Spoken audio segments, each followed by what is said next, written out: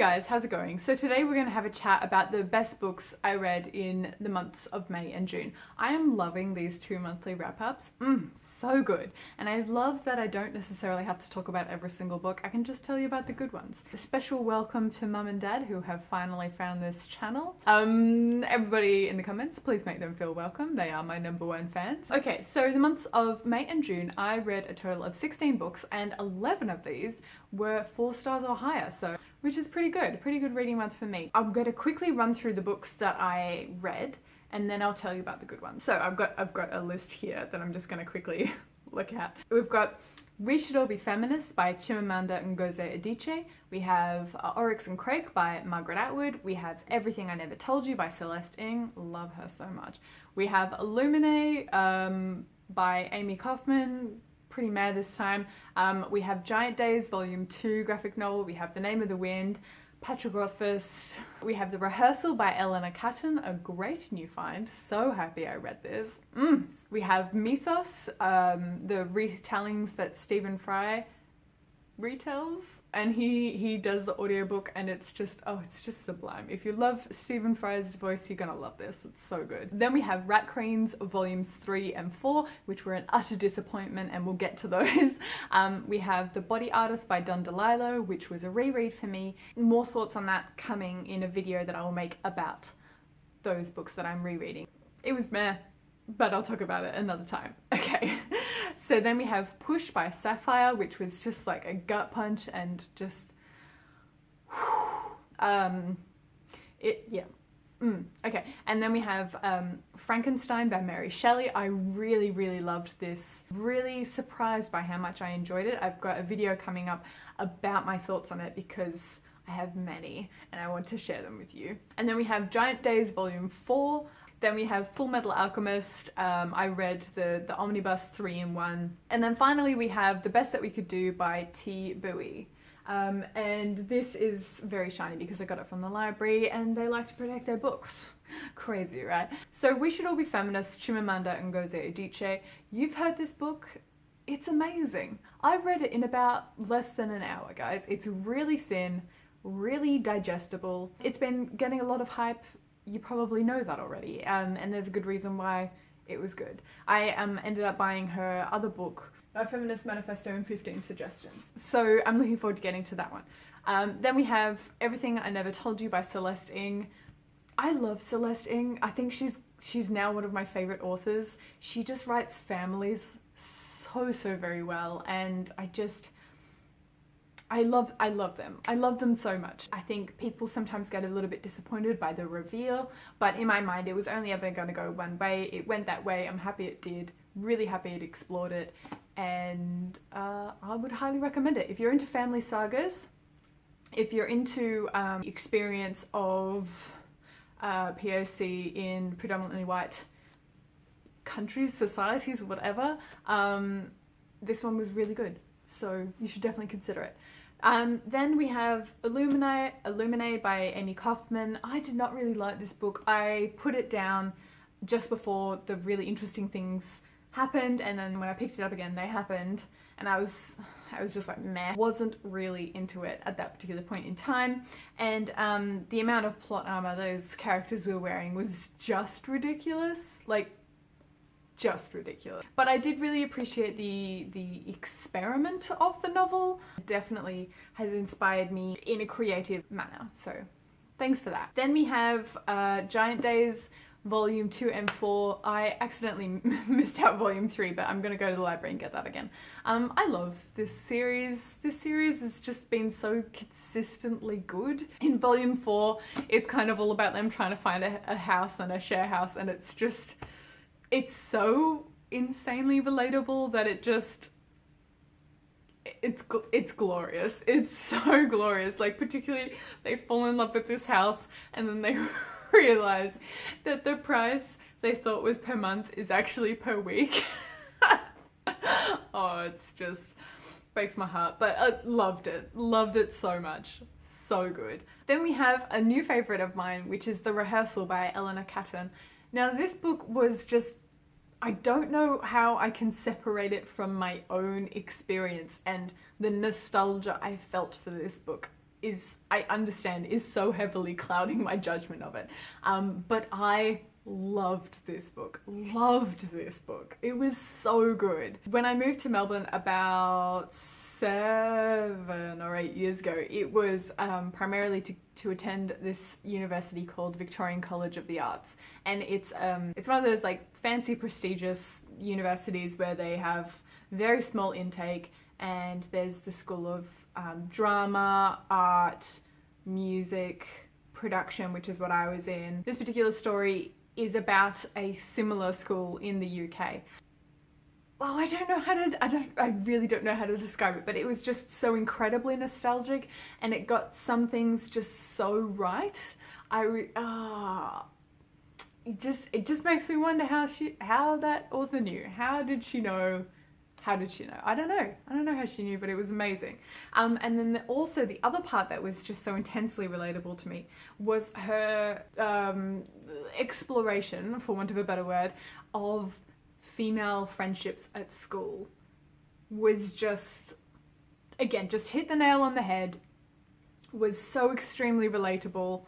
Was so deeply personal. I was just like, whoa, it was insane. I don't know how she managed to do it so well. I don't know how she did it, but I loved it. And Eleanor Catton, you are now a new favourite of mine. Then we have Mythos by Stephen Fry. This was a retelling of the Greek myths, and I loved it so much. It was really well done. Right at the very end, I will say, right at the very end, he has a kind of afterword which talks about why he's structured the novel, the books the way he has, and why he's chosen the language that he has. And I kind of feel like that should have been at the front so that people understand what they're getting themselves into. For me, I read it for the pure joy of listening to 12 and a half hours of Stephen Fry talk to me, and I got that. I also found it really interesting just learning the origins of certain names, and just the richness of the stories was really great. I don't know how many more times I can say great and love in this video, but maybe we should keep a tally. This book was great. If you've never even touched on Greek myths and retellings before, I feel like this would be an excellent place to start. It's very approachable, very believable, and he sets it up in such a way that you can like predict and follow on what's gonna happen. Stephen Fry. Love that man. Next, I need to talk to you guys about Rat Queens volumes 3 and 4 because they just broke my heart. I was so sad, so devastated, and I just need you to know that we're just gonna pretend they don't exist, okay? So volumes 1 and 2, great, amazing, love them. Would take a knife for them, they're beautiful. But anything after that is dead to me. Basically, the end of volume 3 does not resolve in any way, shape or form, and the start of volume 4 is in fact a soft reboot that takes place sometime after and completely ignores the end of volume 3 and does not solve anything, and the art style changes. Just needed to pass that on to you guys in case you went out and madly bought all of them. Don't buy these two, guys. Borrow them from the library, see it for yourself, but not worth the money in my opinion. Then we have Push by Sapphire. This was an incredibly gut-wrenching story. I originally came across this story because there was a movie on Netflix called Precious, which is the same story basically, and it is about a young black woman and just the shit she has to deal with. Basically, she has got an awful family life, and it's partly examining that, and it's also partly she meets a teacher that believes in her, and there's so much hope to this novel while seemingly like being crushed by everything, and it's just, oh, it hurt me so much. I was leaking, so much leaking.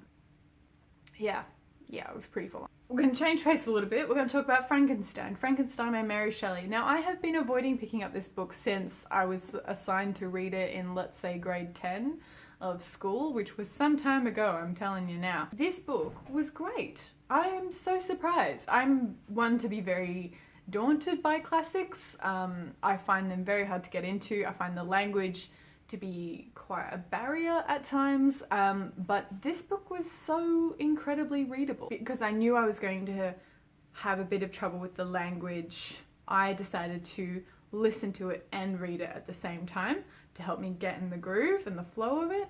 And I had, what's his name? Matthew Crawley, the Beast. Oh, is it Dan Stevens? We'll go with that. I had Dan Stevens reading it to me, and his voice is so dreamy. But the story itself, I was surprised by my reactions to it, so much so that I have to make a whole separate video about it, and I can't wait to film that and give it to you guys, because the thoughts I had, there was a lot of thoughts, and I need to share them with you. And finally we have The Best That We Could Do by Thi Boi. Vietnamese refugee story, really interesting. It's got this very simple color palette, great like a kind of mix of almost watercolor, gouache-y sort of thing going on, and also like a pencil kind of effect. You could tell how cathartic this book was to make. I could certainly see a lot of my grandparents in this book.